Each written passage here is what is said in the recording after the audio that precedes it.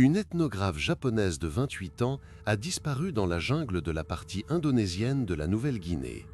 On l'a vue pour la dernière fois près d'un village où les habitants avaient prévenu. Au-delà, les étrangers n'ont pas le droit d'aller. Mais Aiko Tanaka a poursuivi sa route, espérant documenter un rituel dont on parlait depuis des décennies. Aiko Tanaka est née en 1994 à Kobe.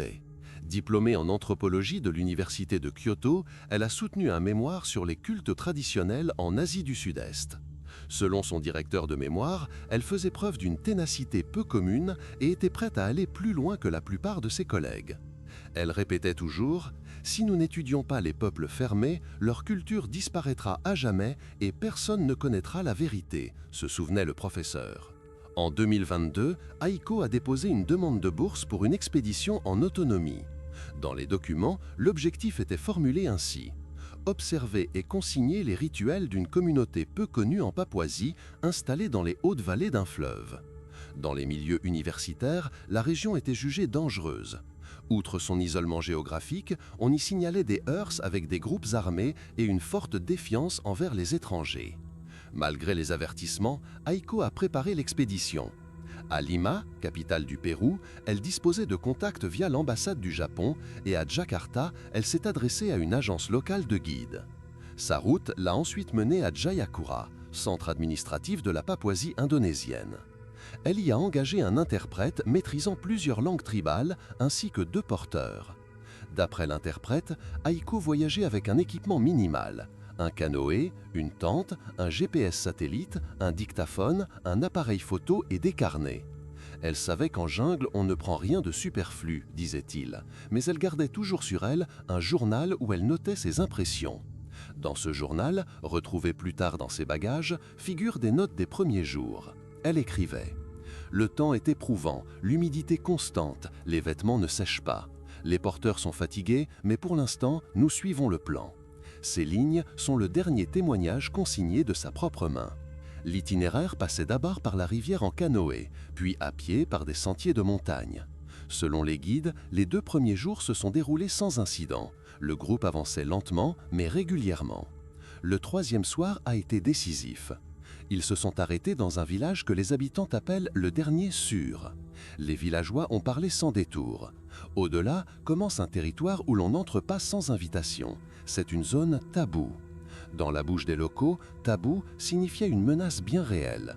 Selon eux, la tribu protège ses rituels et punit les intrus.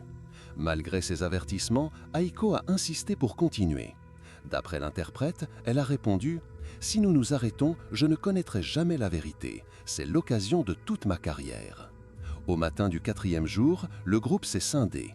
L'interprète et l'un des porteurs ont refusé d'aller plus loin, disant craindre les conséquences. Aiko a maintenu sa décision et, avec un jeune aide, est parti vers le village où le rituel devait avoir lieu. Des témoins du village voisin ont confirmé l'avoir vue sur le sentier. Elle marchait en tête, vêtue d'une chemise légère et d'un chapeau à large bord. Derrière, son aide portait la charge. Ce fut la dernière observation confirmée d'Aiko. 3 jours plus tard, l'aide est revenue seule. Sa déposition a été versée aux rapports officiels. Selon lui, Aiko a insisté pour entrer dans le village. Il l'a attendue à la lisière, mais elle n'est pas ressortie. À la nuit tombée, pris de peur, il est reparti. Ces paroles ont servi de point de départ à l'enquête. À la question de savoir s'il avait vu le rituel ou entendu quelque chose, il répondait évasivement. « J'ai attendu longtemps, puis il a fait noir. Il y avait des voix au village, puis tout s'est tu, a-t-il dit. » À partir de ce moment, l'histoire d'Aiko Tanaka est devenue une affaire internationale. Dans les rapports, elle apparaît comme disparition d'une chercheuse étrangère en zone de tribu fermée. Après la disparition de l'ethnographe japonaise, les recherches ont commencé. Mais chaque démarche se heurtait au silence et à la peur des habitants. Certains parlaient de sons de tambour et de cris, d'autres suppliaient de ne pas poser de questions. La zone a été classée à haut risque. 2 jours après le retour seul de l'aide, l'interprète a signalé les faits aux autorités de Jayapura. Le jour même, la police locale a dépêché une équipe de recherche dans le secteur. Formulation au procès-verbal, une ressortissante étrangère n'est pas revenue de randonnée. Vérification requise. Les premières recherches se sont limitées au sentier par lequel Aiko était partie vers le village. On a trouvé au sol des traces de 2 personnes, correspondant à la pointure de l'aide et à des sandales féminines. Les traces allaient jusqu'à une bifurcation, puis se perdaient dans la terre meuble. L'interprète a fait une déposition officielle. Il a expliqué avoir refusé d'aller plus loin par crainte. D'après lui, les habitants du dernier village sûr avaient prévenu explicitement « Les étrangers ne reviennent pas ». Il a dit « Aiko comprenait le risque, mais elle a déclaré qu'elle devait entrer. Son objectif était de voir et d'enregistrer le rituel ». La déposition de l'aide qui accompagnait Aiko fut plus brève. Il a confirmé qu'ils avaient atteint à 2 la lisière du village. Elle m'a dit d'attendre dehors. J'ai attendu longtemps. J'entendais des chants et des tambours. Puis la nuit est tombée. Elle n'est pas sortie et je suis reparti. La police a jugé son récit incomplet, sans pour autant disposer de preuves contraires. Le rapport mentionne « l'aide présente des signes de peur et une réticence à s'exprimer en détail ». Le 3e jour des recherches, l'équipe est entrée dans le village où, selon l'interprète, Aiko se dirigeait. Mais il n'y avait plus d'habitants. Les maisons étaient vides, les foyers éteints. Aucune trace de la présence de l'étrangère n'a été trouvée. Dans les villages voisins, les réponses restaient évasives. Les uns disaient avoir entendu cette nuit-là du tambour, d'autres affirmaient avoir vu la lueur de torches. Mais tous ajoutaient « Nous ne demandons pas ce qui s'y passe, ce n'est pas notre affaire ». Cette chape de silence compliquait l'enquête. Dans les documents officiels est apparue la formule « disparition possiblement liée à un rituel fermé ». Parallèlement, le consulat du Japon s'est impliqué. Des représentants sont arrivés à Jayapura pour rencontrer les autorités. Ils ont exigé l'extension des recherches et la mobilisation de davantage de forces. Une semaine après la disparition, la police, conjointement avec l'armée, a organisé une nouvelle opération. Aux abords de la forêt, ils ont trouvé des restes de foyers où se trouvaient des fragments de tissus carbonisés. L'expertise a établi qu'il s'agissait d'un matériau synthétique, peu courant chez les locaux. La famille d'Aiko a confirmé qu'elle possédait un coupe-vent de matière similaire. Cette découverte a renforcé les soupçons selon lesquels la voyageuse avait effectivement atteint le village et pu assister au rituel. Mais la suite n'a pas été établie officiellement. Un second indice est apparu quelques jours plus tard. Dans une hutte abandonnée à la périphérie du hameau, on a trouvé un carnet. Plusieurs pages étaient couvertes d'écriture en japonais. D'après la traduction d'experts, il y était question des préparatifs du rituel. Aujourd'hui, il y a de l'animation, des gens arrivent, beaucoup d'enfants. Je sens que ce pourquoi je suis venu va bientôt commencer. Cette note est devenue la dernière trace d'Aiko. Après la découverte du carnet, la qualification de l'affaire a changé. Elle a été officiellement classée comme « disparition d'une chercheuse étrangère en zone d'accès restreint ». Les journalistes qui couvraient l'histoire notaient « Il ne s'agit pas d'une disparition accidentelle, c'est un épisode lié à une communauté fermée qui ne tolère pas d'étrangers lors de ses rituels ». Les rumeurs locales ont accru la tension. Certains disaient que la tribu pratiquait des rituels avec sacrifice. D'autres soutenaient qu'il ne s'agissait que de légendes, destinées à effrayer les voisins. Mais tous répétaient « on n'entre pas là-bas sans invitation ». Pour la famille d'Aiko au Japon, c'était le pire scénario. Ils comprenaient que leur fille avait affronté une menace qu'elle avait sous-estimée. Pour les autorités, cela signifiait trouver un équilibre entre pression diplomatique et danger réel. Après 1 mois de recherche, il n'y avait pas de résultat officiel. Le rapport indiquait aucun témoignage direct attestant qu'Aiko Tanaka est en vie. Les objets et notes découverts confirment sa présence dans le secteur du village. Dès lors, l'hypothèse selon laquelle Aiko aurait pu devenir la victime d'un rituel est devenue la piste principale de l'enquête. 1 mois s'est écoulé depuis la disparition de l'ethnographe japonaise. L'enquête a pris une dimension internationale. De nouveaux indices sont apparus, mais chaque pas menait à des contradictions. L'aide disait une chose, l'interprète une autre, et les habitants gardaient le silence. Après la découverte du carnet d'Aiko, les enquêteurs ont formulé 3 hypothèses principales. 1. Présence au rituel. Les lignes du journal sur les préparatifs de la cérémonie laissaient penser qu'Aiko était entrée dans le village la nuit du rituel. 2. Rétention. Si la tribu a perçu sa venue comme une violation du tabou, elle a pu l'empêcher de repartir. 3. Déplacement. Il existait une possibilité qu'Aiko ait été conduite vers une autre partie de la communauté ou emmenée plus loin dans la forêt. Aucune hypothèse n'était confirmée, mais toute excluait l'égarement fortuit. L'interprète qui accompagnait l'expédition fut le premier à alerter les autorités. Ses propos figurent au procès-verbal. Il soutenait que les habitants du dernier village sûr avaient clairement défendu d'aller plus loin. « Je lui ai dit que nous devions nous arrêter », a-t-il déclaré. Mais elle a dit qu'elle devait voir le rituel, c'est son travail. Il expliquait que c'est la peur de la tribu qu'il avait décidé à renoncer. J'ai entendu des histoires de la part des locaux. On disait que les étrangers n'y étaient pas admis. Je craignais que cela finisse mal. L'aide d'Aiko, un jeune homme du village voisin, a témoigné séparément. Il a confirmé qu'ils étaient arrivés tous deux à la lisière du village. Elle m'a demandé d'attendre dehors. J'ai attendu longtemps. J'entendais des tambours et des chants. Puis la nuit est tombée. Elle n'est pas revenue. Aux questions de la police, il répondait de manière évasive. Il disait avoir vu la lueur de torches et entendu des voix, mais ne pouvait préciser ce qui se passait à l'intérieur. « J'avais peur », a-t-il ajouté. « Quand il a fait nuit, je suis reparti. » Les enquêteurs notaient que son récit était incomplet. Il pouvait dissimuler des détails, mais aucune contradiction formelle n'a été établie. Les tentatives d'interroger les villages alentours se sont heurtées au mutisme. Les habitants répondaient brièvement. « Nous avons entendu des tambours. Cette nuit-là, il y a eu un rituel. Ce n'est pas notre affaire. » Personne n'a accepté de signer une déposition officielle. Les rapports de police mentionnent « les témoins craignent des représailles et refusent de parler officiellement ». Les journalistes dépêchés sur place ont constaté la même ambiance.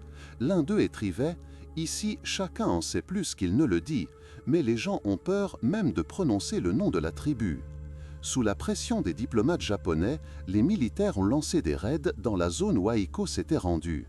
Dans des villages désertés, on a trouvé des foyers, des fragments de tissus calcinés et des traces de rassemblement. L'expertise a confirmé. Le tissu était synthétique, typique de vêtements citadins. Les proches d'Aiko ont reconnu la couleur et la texture de son coupe-vent. Ailleurs, on a trouvé un carnet avec des notes en japonais. On pouvait y lire « Aujourd'hui, c'est animé. Je sens que je vais bientôt voir ce pourquoi je suis venu. » C'était la dernière preuve confirmée de sa présence. Les objets découverts constituaient une preuve directe qu'Aiko était bien arrivée au village et avait pris part aux événements de cette nuit-là. Mais la suite demeurait obscure. Les enquêteurs écrivaient « Tout indique que la chercheuse se trouvait parmi les participants au rituel. Sa destinée ultérieure n'est pas documentée. » Le deuxième mois de recherche a apporté de nouveaux indices. Un appareil photo sans carte mémoire, un collier offert à Aiko par ses collègues et des traces de rassemblement. Chaque découverte renforçait l'idée que la chercheuse était présente lors du rituel, mais ce qui s'est produit ensuite restait un mystère. Les enquêteurs écrivaient « Tout indique que la chercheuse se trouvait parmi les participants au rituel. Sa destinée ultérieure n'est pas documentée. » Le deuxième mois de recherche a apporté de nouveaux indices. Un appareil photo sans carte mémoire, un collier offert à Aiko par ses collègues et des traces de rassemblement. Chaque découverte renforçait l'idée que la chercheuse était présente lors du rituel, mais ce qui s'est produit ensuite restait un mystère. Les enquêteurs écrivaient « Tout indique que la chercheuse se trouvait parmi les participants au rituel. Sa destinée ultérieure n'est pas documentée. » Le deuxième mois de recherche a apporté de nouveaux indices. Un appareil photo sans carte mémoire, un collier offert à Aiko par ses collègues et des traces de rassemblement. Chaque découverte renforçait l'idée que la chercheuse était présente lors du rituel, mais ce qui s'est produit ensuite restait un mystère. Les enquêteurs écrivaient « Tout indique que la chercheuse se trouvait parmi les participants au rituel. Sa destinée ultérieure n'est pas documentée. » Le deuxième mois de recherche a apporté de nouveaux indices. Un appareil photo sans carte mémoire, un collier offert à Aiko par ses collègues et des traces de rassemblement. Chaque découverte renforçait l'idée que la chercheuse était présente lors du rituel, mais ce qui s'est produit ensuite restait un mystère. À l'issue de la première phase, les autorités indonésiennes ont autorisé l'armée à conduire des opérations plus approfondies dans les hautes vallées du fleuve. Objectif, inspecter des abris temporaires et caches susceptibles d'être utilisés par les habitants de la tribu. Dans l'un de ces abris, on a trouvé des bâches, des jerrycans de carburant et des restes de nourriture. Dans un coin, gisait un petit appareil photo numérique.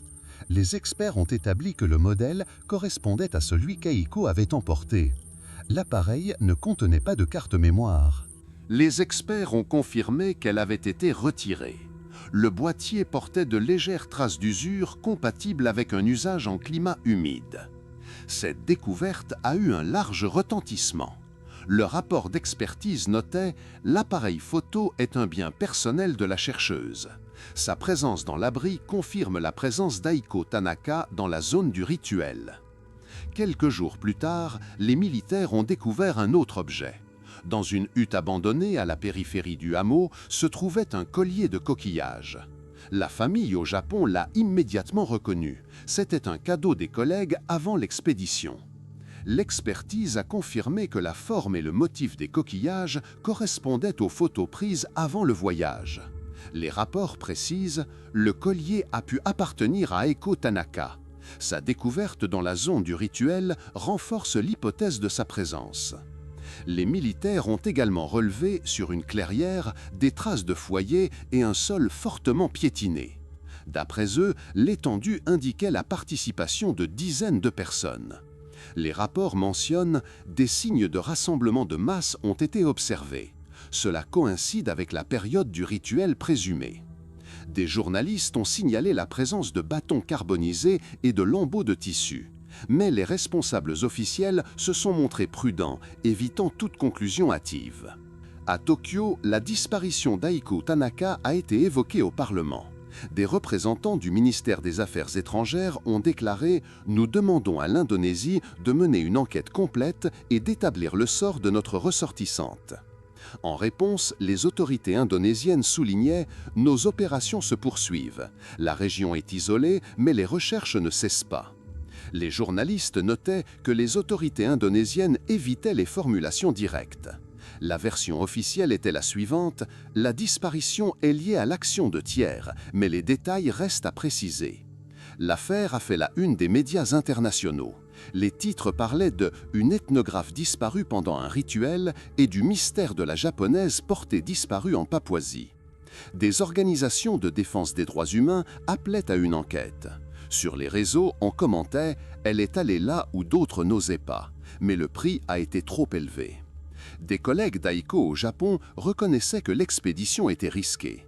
Elles voulaient montrer que les légendes sur les rituels ne sont pas que des mythes. Elles visaient une vérité scientifique. Mais la région est trop dangereuse pour des recherches en solitaire, estimaient des experts. Certains anthropologues voyaient dans sa disparition un avertissement. C'est un signal pour tous les chercheurs. On ne peut pas sous-estimer les communautés fermées, disait-il. Le 3e mois de recherche a livré de nouveaux éléments, des fragments de vêtements et d'étranges inscriptions au charbon. Chaque indice attestait la présence d'Aiko dans la zone du rituel. Mais la réponse à la question centrale manquait toujours. À la fin du 2e mois, l'armée a inspecté un secteur de grotte proche du village. On y a trouvé des restes de tissu. La couleur et la texture correspondaient aux coupe-vents dont des lambeaux avaient été repérés dans un foyer. Les experts ont comparé les fibres, correspondance confirmée. Dans la même grotte, on a découvert des plaques d'écorce portant des signes tracés au charbon. Des chercheurs ont supposé qu'il pouvait s'agir de notes. Sur l'une d'elles, des caractères évoquant des kanji japonais étaient visibles. Mais les spécialistes n'ont pas tranché. Cela pouvait être des notes d'Aiko comme des traces fortuites. L'enchaînement carnet, appareil photo, collier, fragments de vêtements dessinait une séquence cohérente. Aiko a atteint le village. Elle était présente la nuit du rituel. Ses effets sont restés parmi les traces de la cérémonie. Ensuite, toute trace d'elle s'efface.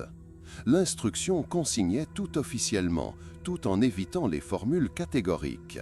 Les rapports utilisaient l'expression « disparition liée à l'action de tiers ». À l'international, l'histoire a suscité un vif retentissement. Les médias japonais écrivaient « Notre ressortissante n'a pas été protégée ». Les autorités indonésiennes répondaient « La région est difficile d'accès, mais nous poursuivons les recherches ». Certains analystes affirmaient que l'Indonésie ne souhaitait pas un conflit ouvert avec les tribus. Reconnaître leur implication dans la disparition d'une étrangère reviendrait à admettre une perte de contrôle sur une partie du territoire. Dans le même temps, le Japon accentuait la pression. Au Parlement, on déclarait « Nous devons obtenir la vérité, quitte à demander une enquête internationale ». Dans les universités japonaises, on débattait de la tragédie d'Aiko. Pour certains, son expédition était un risque injustifié. D'autres disaient « Elle a fait ce que d'autres n'osaient pas. Elle a tenté de dévoiler un rituel fermé au regard du monde ». La communauté anthropologique internationale débattait des limites de la recherche. Les uns affirmaient qu'il faut respecter les tabous. D'autres soutenaient que ce sont précisément ces expéditions qui font progresser la connaissance. À la fin du 3e mois, les autorités indonésiennes ont déclaré officiellement 1. Aiko Tanaka a été présente dans la zone du rituel. 2. Les objets découverts confirment sa présence au village. 3. Son lieu actuel demeure inconnu. Le dossier a été requalifié en « disparition non élucidée d'une ressortissante étrangère ». 3 mois de recherche et des dizaines d'opérations n'ont pas apporté la réponse essentielle. Aiko Tanaka a disparu après être entrée dans le village la veille du rituel. On a trouvé ses effets, interrogé des témoins, mais personne ne l'a revue. À la fin du 3e mois, les autorités indonésiennes ont annoncé la fin de la phase active des recherches. Les rapports consignent, la chercheuse était présente dans le secteur du village. Son journal, son appareil photo et son collier attestent de son séjour. Aucune trace directe de son emplacement actuel. Le dossier a été officiellement classé « Disparition non élucidée d'une ressortissante étrangère ». 3 mois de recherche et des dizaines d'opérations n'ont pas apporté la réponse essentielle. Aiko Tanaka a disparu après être entrée dans le village la veille du rituel. On a trouvé ses effets, interrogé des témoins, mais personne ne l'a revue. À la fin du 3e mois, les autorités indonésiennes ont annoncé la fin de la phase active des recherches. Les rapports consignent, la chercheuse était présente dans le secteur du village.